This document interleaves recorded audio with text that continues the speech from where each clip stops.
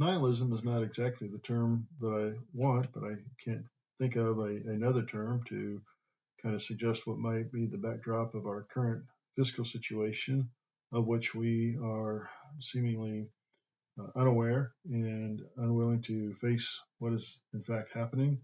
Uh, Mentioned in the comments for this video, linked 4 videos that I would encourage you to look at, and I would like to get your comments on regarding how valid you think the critiques of each of these videos are with respect to where we're at and where we as a nation and indirectly the world are heading economically.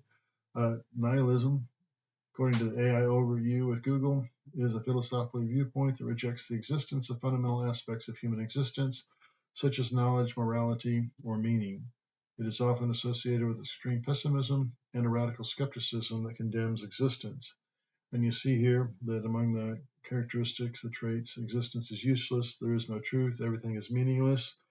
And when we look at how America has handled her finances over the last several decades, and particularly the last 5 to 10 years, we might wonder if, in fact, we aren't being led by, if we don't hold ourselves, a nihilistic viewpoint with respect to economy, life, the universe, and everything.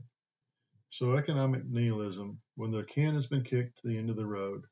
In the past, politicians would worry about whether or not the decisions they were making would be burdening their children and grandchildren with a debt obligation. And in fact, we no longer really hear about that too much. And it certainly doesn't impact our decision making, as we are now proposing multi-trillion-dollar deficit spending budgets, and not actually budgets, but spending programs.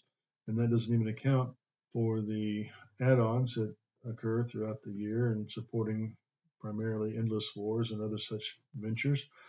But the whole idea of economic nihilism is that we're spending our way into oblivion, and that we are not only failing to be proper stewards of the economic opportunities we have today, we're setting up for the future a burden that no country can ultimately survive.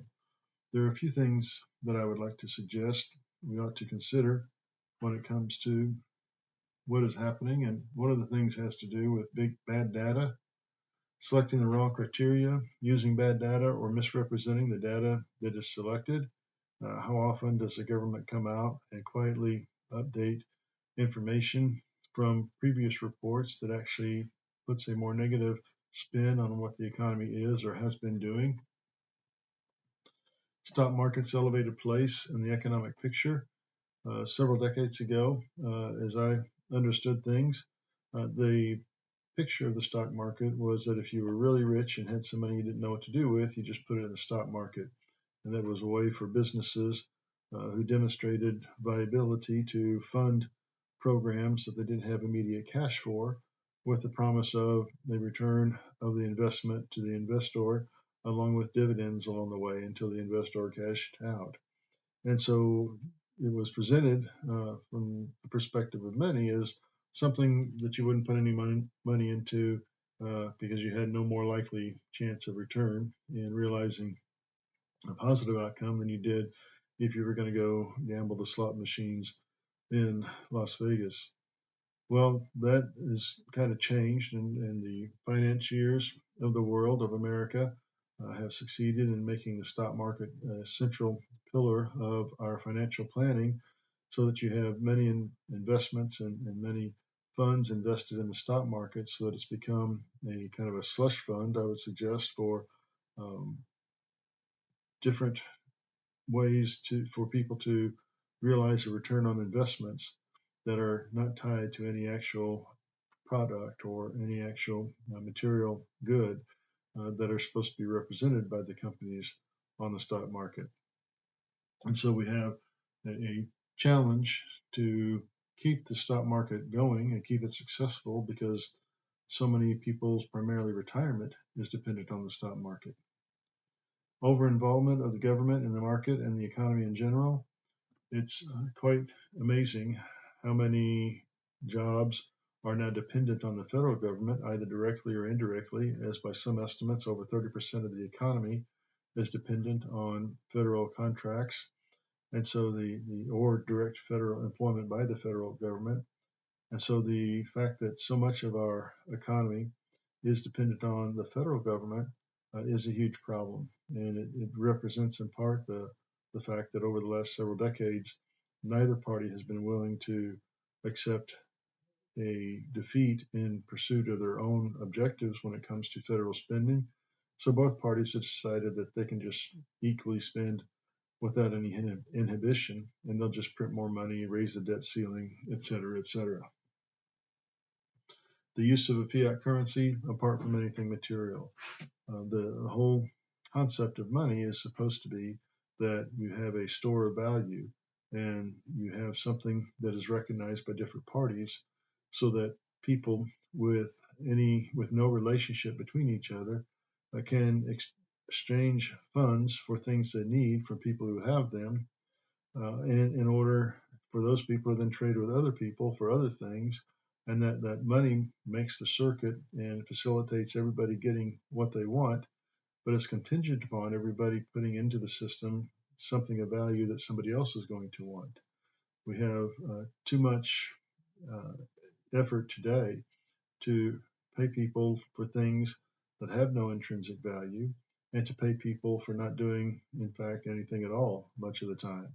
And we also have a tendency for people to represent, particularly in the context of being supported by the federal government, businesses which do produce something, but the reduction of those businesses is counter to what a stable, productive society would actually be looking for.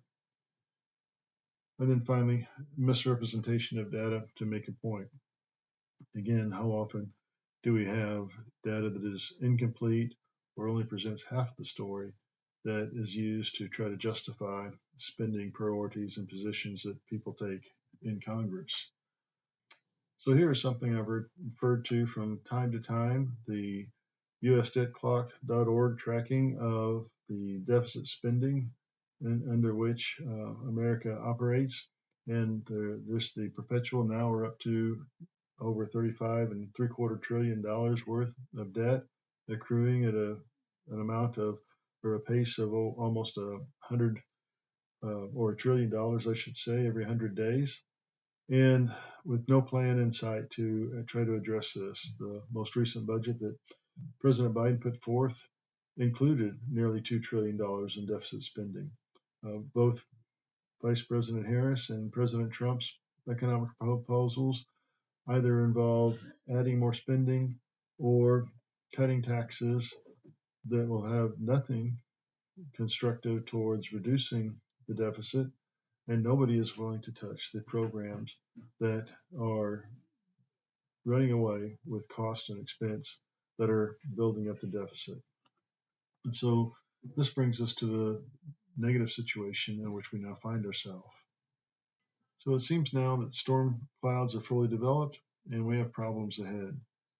The future is dim because of the unwillingness of either party to address the problem of deficit spending by leading the country to make hard choices before economic reality comes crashing home. The fact of the matter is that we can't continue with a deficit spending plan, particularly as BRICS takes shape and the nations of the world begin to withdraw their interest in investing in what they see as a more and more likely to fail American experiment in economic futility. All facets of the economy, bolstered by our blind spending policies, will suffer. The long and short of it is that baby boomers and those who are retired are going to have to make some hard choices about how much they're going to demand out of a system that they are no longer putting directly into. The degree to which we limit uh, people not getting out of Social Security what they put into it ignores the fact that most people are getting way more out of Social Security than they put into it. That we now have three workers to everyone who is withdrawing from Social Security as opposed to the 40 plus when the program was instituted. That we are now living longer relative to when the program was instituted and living longer, even though the retirement ages are essentially the same not even considering the minor change that was made a few decades ago. And so the problem is we need to address many aspects, and the economy will suffer, but it will either suffer because of the choices we make, or it will suffer catastrophically because of the choices we refuse to make. So finally, the big question: can we overcome our disagreements enough to willingly make sacrifices and work together to address our impending fiscal crisis? We have to make some hard choices, or the hard choices are going to be taken from us because our financial system will collapse and potentially the American experiment will collapse, and we will have only ourselves to blame. Look forward to hearing what you have to say. Thank you very much. Bye bye. Thank you very much for your time. I've got a couple other videos listed here if you'd like to take a look at those. And as I'd like to discuss issues related to politics, religion, society, and how in the world we're supposed to understand ourselves and life in the world. Thank you very much. Appreciate it. Bye bye.